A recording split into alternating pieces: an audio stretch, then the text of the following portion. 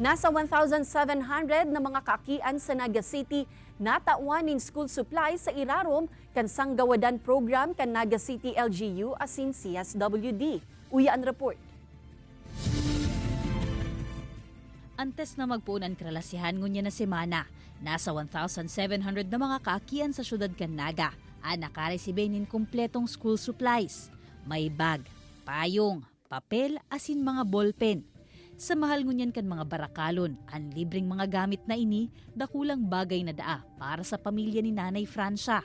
Sa ibang bagay na lang na dahil pa nababakal. Parang po pwede na sa pagkakaan. Yan, pwede. Sa panira, araw kayan.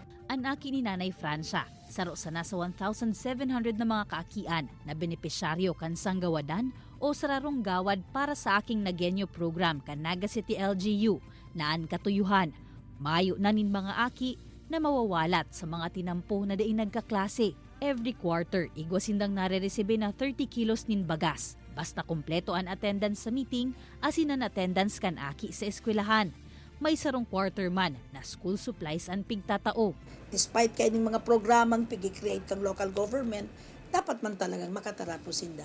So sa mga magurang po, mga magurang kay puan ang padagos na pag-ataman so pag-alalay sa mga aki. Kasi ang lokal na gobyerno nakaatabay lang sa indang mga obligasyon sa mga aki.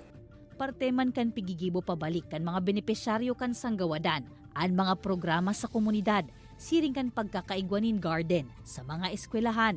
Kaibanan si Carlo Abonita, Jessica Kalinog, Balitang Bicolandia.